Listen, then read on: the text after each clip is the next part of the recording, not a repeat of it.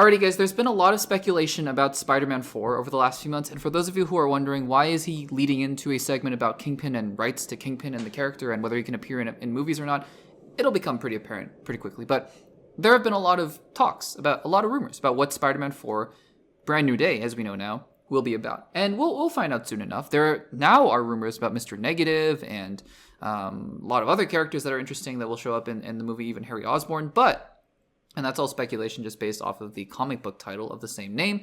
But before that, well, first of all, there were all the null rumors. Were you guys around?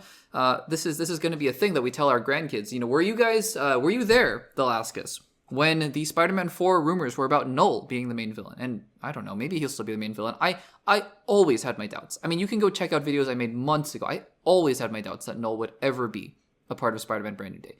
Anyways, all that aside, a lot of the prevailing rumors, though, just based on the fact that Spider-Man 4 would be very grounded, people thought, and it still could be, although it's taking place between Doomsday and Secret Wars, at least in the release calendar. Who knows about the story itself? But the fact that its placement is between Doomsday and Secret Wars led people to believe, is it going to be more multiversal? But before that, before we knew any of that, people were thinking, well, just based purely off the ending of No Way Home, surely it has to be more grounded because Peter Parker has his own suit now, and he's kind of that classic Peter Parker of living on his own, kind of living paycheck to paycheck kind of deal, being a broke college kid. And so, people were like, it's going to be a more grounded street level Spider-Man story.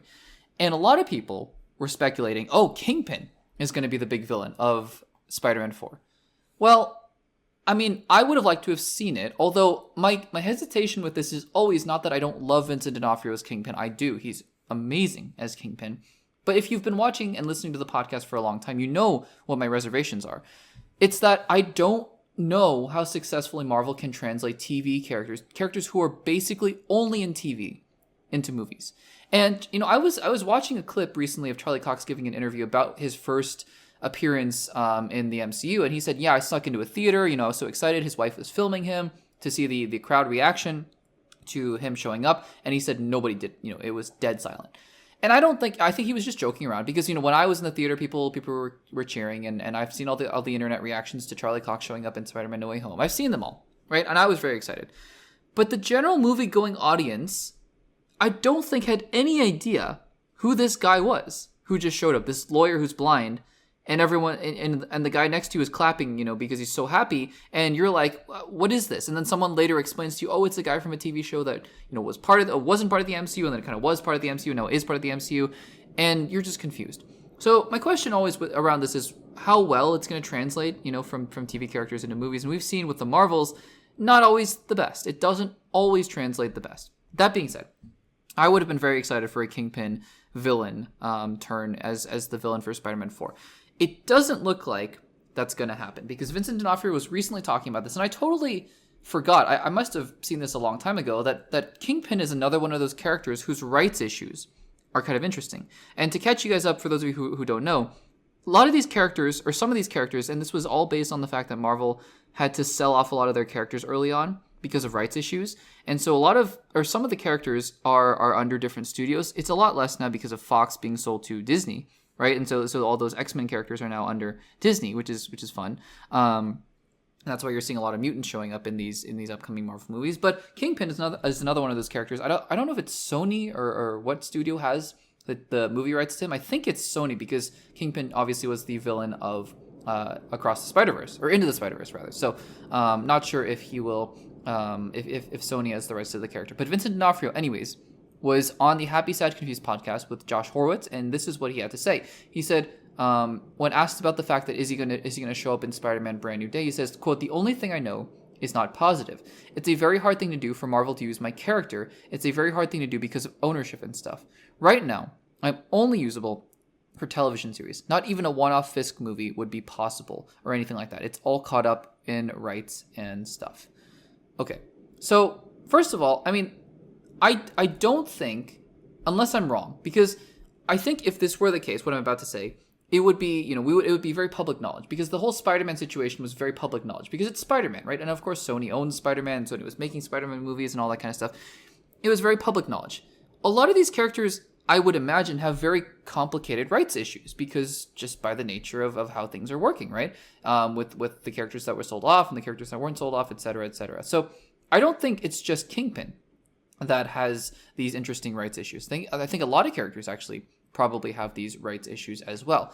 And you look at a character like Quicksilver, right? When Quicksilver was being used for the MCU, they had to get permission from Fox. And they said, we're going to use Kingpin, or we're going to use Quicksilver in the MCU, and we're not going to call him a mutant. And they allowed them to use Quicksilver and Scarlet Witch, right? And that was totally fine. It was an arrangement that was made. I believe there were other arrangements that have been made across the history of the MCU in that regard. Spider-Man obviously being the biggest one. But I will say, it doesn't make things easy, right? Because sometimes these arrangements are so difficult that you have situations like the Hulk, where they just simply cannot make a Hulk movie unless they want Universal to distribute the film. And in which case, I think Universal would get the vast majority of the profits of a film like that. And that's just not something that Marvel wants to do at this point in the game. So it's difficult, right? Because if Kingpin's rights are indeed tied up with another studio, I'm assuming Sony, then it's going to be hard for them to ever bring Kingpin to live action. Daredevil, they obviously have, but Kingpin, it's going to be hard. So I think this officially, I'm going to say this, I think it officially closes the door on Kingpin being in Spider-Man Brand New Day, simply because if he was going to be in the film, if they were going to work out a deal, I think they would have done so already, and they haven't. So I really do think this closes the door on that, but I don't know if ever, right? I don't think the answer is never, that they're never going to have Kingpin show up in the MCU. An MCU movie, I should say. I just think that it's not very likely. And that's unfortunate because I would love to see Kingpin eventually be, the villain of a movie, but I don't know. And the flip side of this, to conclude this segment, is that actually it's interesting because recently, I didn't make a segment on this, but I think it's interesting now paired with this knowledge of Kingpin, that Spider-Man can appear in TV series. So for all of you guys who want the grounded vigilante story with Spider-Man and Daredevil teaming up against Kingpin, I don't think it can happen.